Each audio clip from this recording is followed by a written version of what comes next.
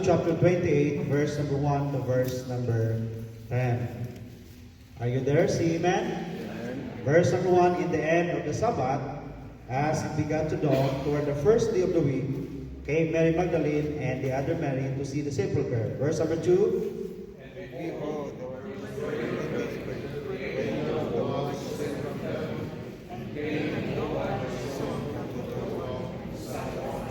his countenance was like lightning, and his raiment white as snow. Verse 4, And for fear of him, he took his shape and became as dead man. and the angel answered and said unto the woman, Fear not ye, for I know that ye seek Jesus, which was crucified. Verse number 6, He is not here, for he is risen, as he said. Come, see the place where the Lord lay. and go quickly and tell his disciples that he is risen from the dead, and behold, he goeth before you into Galilee. There shall ye see him. Lo, I have told you. Verse 8, And they departed quickly from the stone, with fear and great joy, and they began to preach his father's word. and as they went to tell his disciples, behold, Jesus met them, saying, All hail. And they came and held him by the feet, and worshipped him. All together, then said Jesus unto them, Be not afraid, go tell my brethren that they go into Galilee, and there shall ye see me. Let's pray. Father God, Lord, thank you, dear God, for allowing me to stand in the pulpit this morning. Thank you, Lord, for this opportunity that we are gathered together to worship you in spirit and in truth. Thank you, Lord, for Pastor Mike and Cindy, and thank you, Lord, for Sir Matt, Patsy, and Sister Tori. Thank you, Lord, for being a great blessing to us. Thank you, Lord, for the fellowship that we have. Lord, I pray this morning that you will use me, dear God, as an instrument, as your speaker, and the Holy Spirit, I ask for the blessing of wisdom this morning. And please prepare our hearts, prepare our mind. We just commit everything in the mighty name of the Lord Jesus Christ. Amen and amen. This morning, in continuation of the message that Pastor preached last Sunday about the reasons to rejoice in the resurrection of the Lord Jesus Christ, we find in our passage of Scripture, it's the same text. Alright, it's a cross-reference of the text that Pastor preached last Sunday, as we are still in celebration of the Resurrection Sunday, and I just want to share some important things this morning that will strengthen our faith as a Christian. So our message this morning is from the grave to Galilee. From the grave to Galilee. In verse number 1, to verse number 6, the Bible tells us, in the end of the Sabbath, as it began to dawn toward the first day of the week, came Mary Magdalene and the other Mary to see the sepulchre. And behold, there was a great earthquake, for the angel of the Lord descended from heaven, and came and rolled back the stone from the door and sat upon it. His countenance was like lightning, and his raiment white as snow. And for fear of him, the keepers did shake and became as dead men. And the angel answered and said unto the women, Fear not ye, for I know that ye seek Jesus, which was crucified. What's the word? He is not here, for he is risen. As he said, Come, see the place where the Lord lay. So number 1, this morning, from the grave to Galilee, number 1, from doubt to confirmation. From doubt to confirmation. Why is that, Pastor? Let us see their situation during the time of the death of the Lord Jesus Christ, and during the time he was buried in the grave. That time is one of the saddest moments in the time of the disciples and the early Christians. Meaning, from doubt to confirmation. What happened during the moment when the Lord was taken and He was crucified, and He died, and He was buried. That was the saddest moment in their life, and maybe they're thinking in their heart and in their mind, they were in doubt. Is the Lord really real? Is He really the Messiah? Is He really the Christ that we know? There are some doubts in their mind because human as we are, like them, the Lord loved them. The Lord was crucified. The Lord died and was buried. So maybe they were in fear, they were in trouble, they were worried, maybe they have questions in their mind.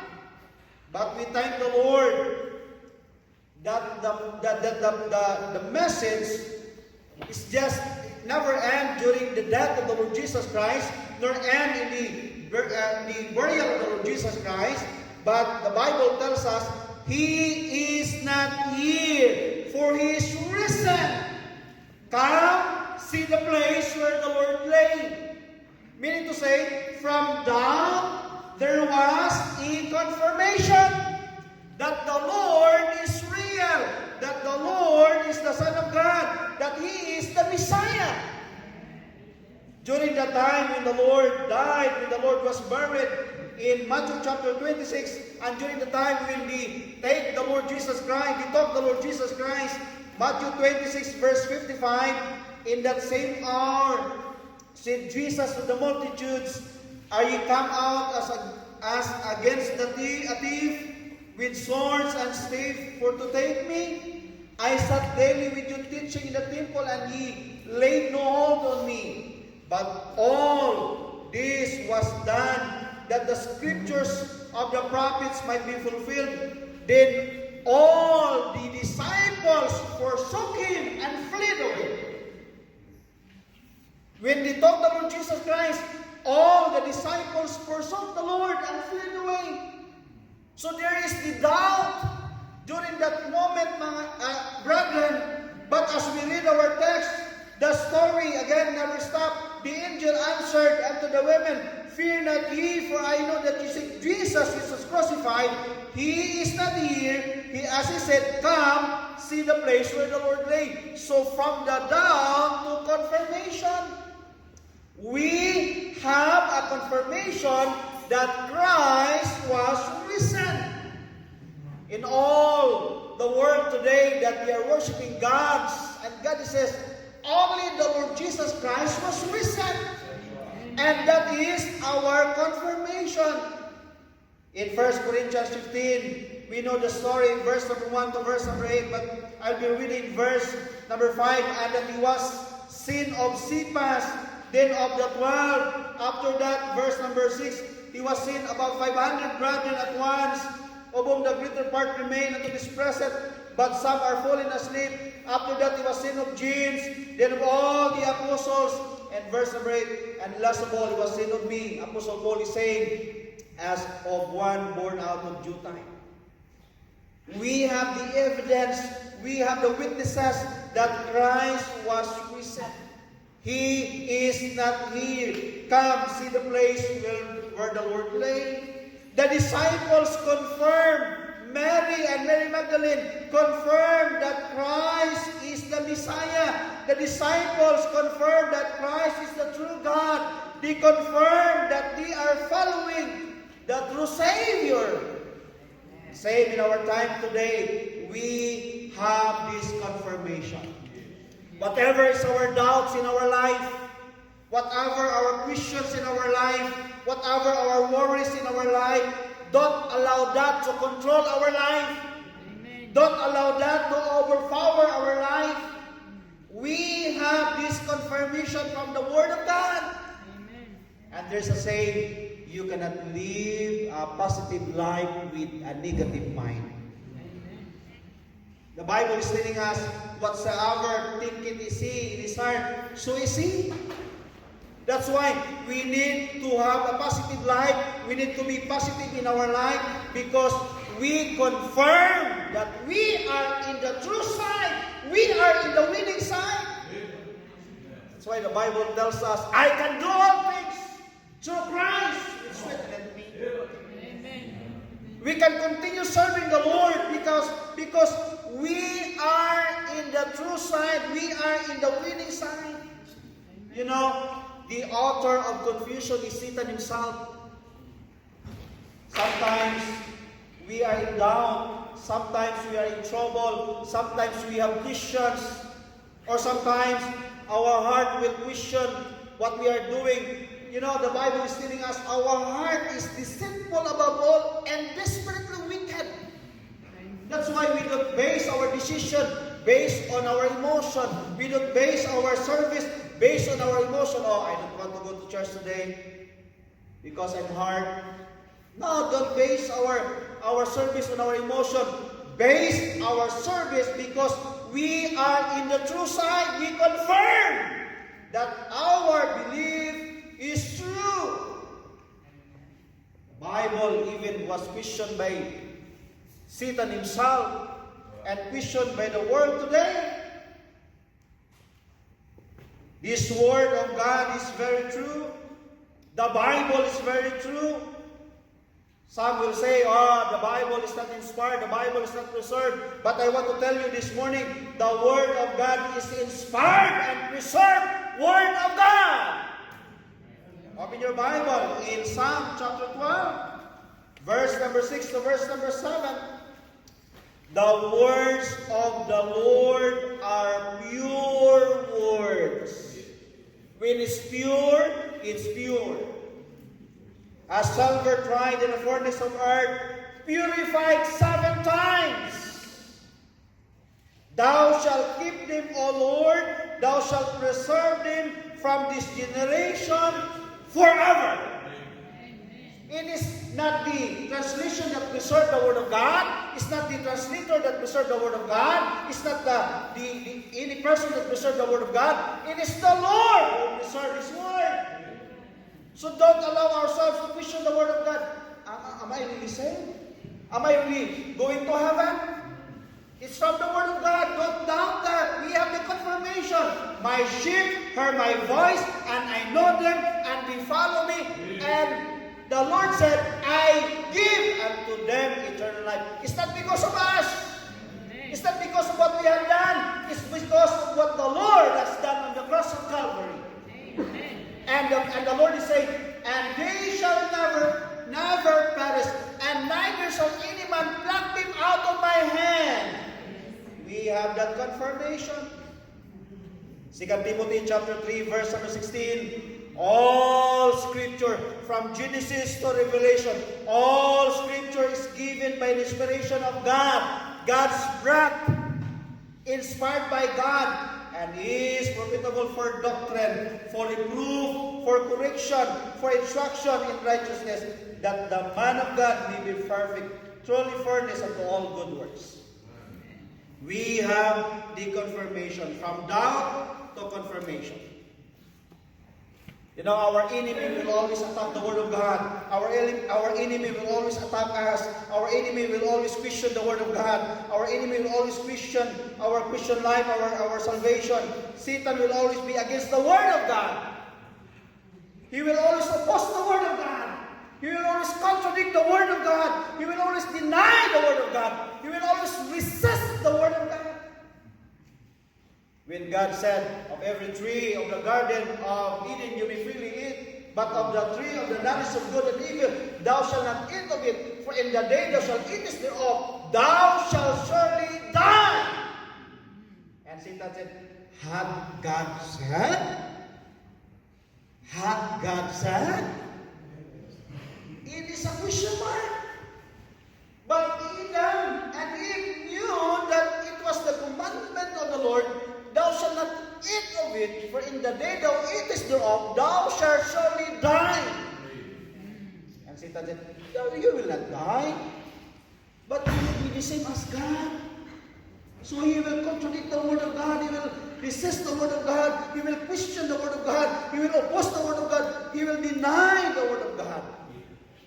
But again, this morning, we have the confirmation. We serve a risen Savior. We serve the true and living God. Number 1, from grave to Galilee, from doubt to confirmation. I hope and I pray that there is no more doubt in our life as far as our salvation is concerned.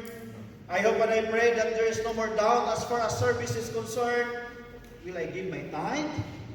The Bible is telling us, if you will return your tithe, then the windows of heaven will be open. There is no more question with that. The Bible tells us the Lord God loveth a cheerful giver. There is no question for that. Because as we give to the Lord, we enjoy and experience the blessing of God.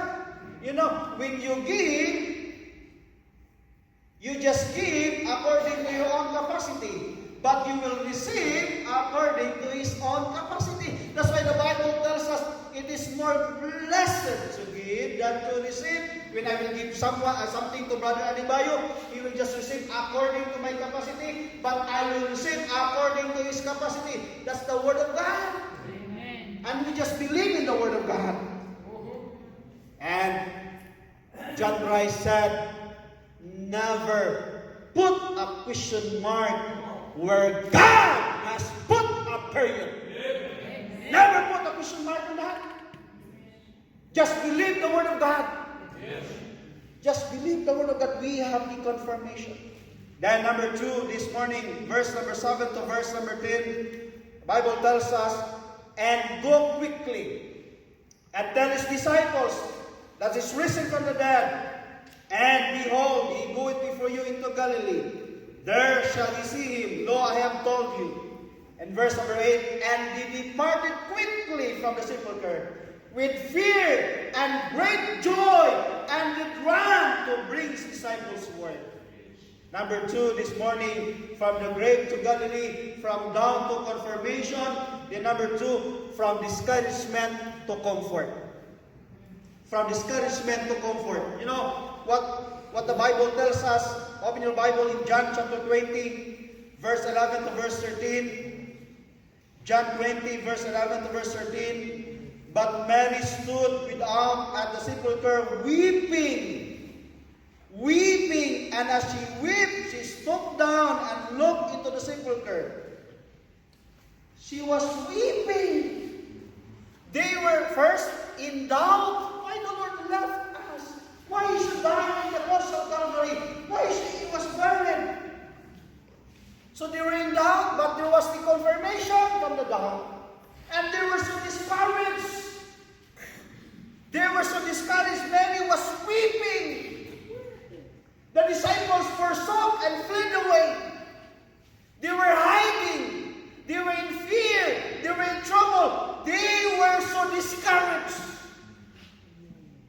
You know, sometimes when someone will leave you away, you will be discouraged, Pastor. And we feel that today. One family will leave us. And the ambience of the Grace Oasis is not the same anymore. So there was a great discouragement at that time. But hey, from that discouragement, there was a great comfort.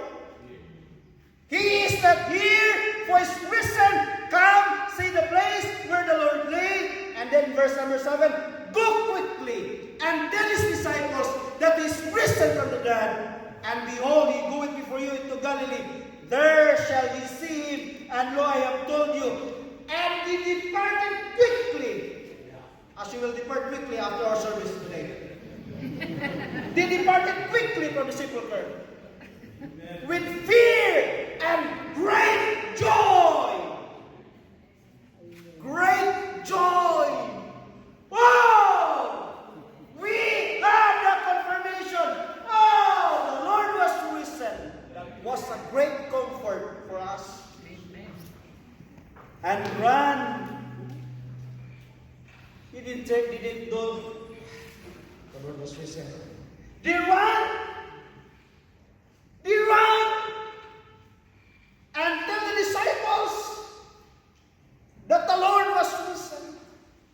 At first, not just that they were in doubt, but also they were so discouraged. But there is the confirmation, and there is the comfort. I want to tell you this morning, brethren, whatever is our discouragement in our life, we have the great Comforter, which is the Holy Spirit. Whatever we've been through in our life, whatever hardships we have in life, whatever experience we have now in life, it's okay.